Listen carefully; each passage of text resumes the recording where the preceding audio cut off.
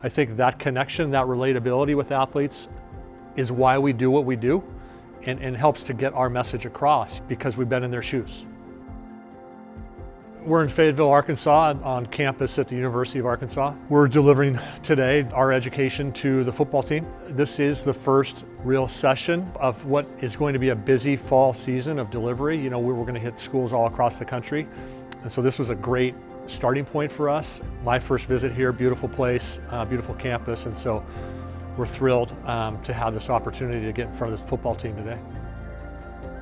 We provide what I refer to as the human element. We were athletes at one point in time, and we were also athletes who crossed over to what I refer to as the dark side of gambling. And so I think that connection, that relatability with athletes is why we do what we do and helps to get our message across because we've been in their shoes and been in those rooms listening to people speak and present. So to do it from a human perspective, I think is important.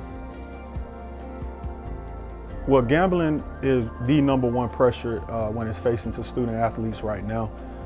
It's something that they have to be aware of as long as coaches have to be aware of. And once we understand that, I think we'll start to pick up on some of the things that we need to see to figure out what is gambling and that pressure that kids, student athletes are going through right now.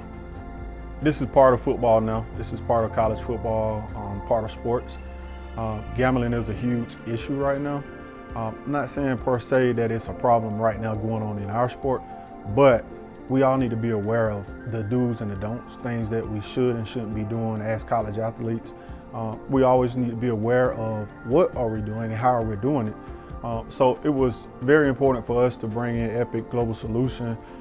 Patrick and his team really come take a look at what our program is doing, how can he help service us and serve us, and they did a fantastic job.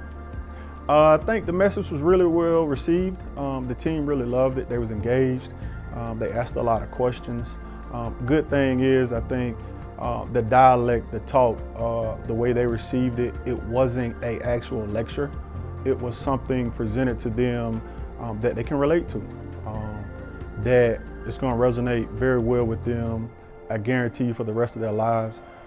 The stories that was told, the experiences, you could tell that it resonated with the guys at some point, somewhere in their lives, from people that they know, their friends, and it made them aware. I think it educated them on things that they need to know on how to get help on certain things in that avenue.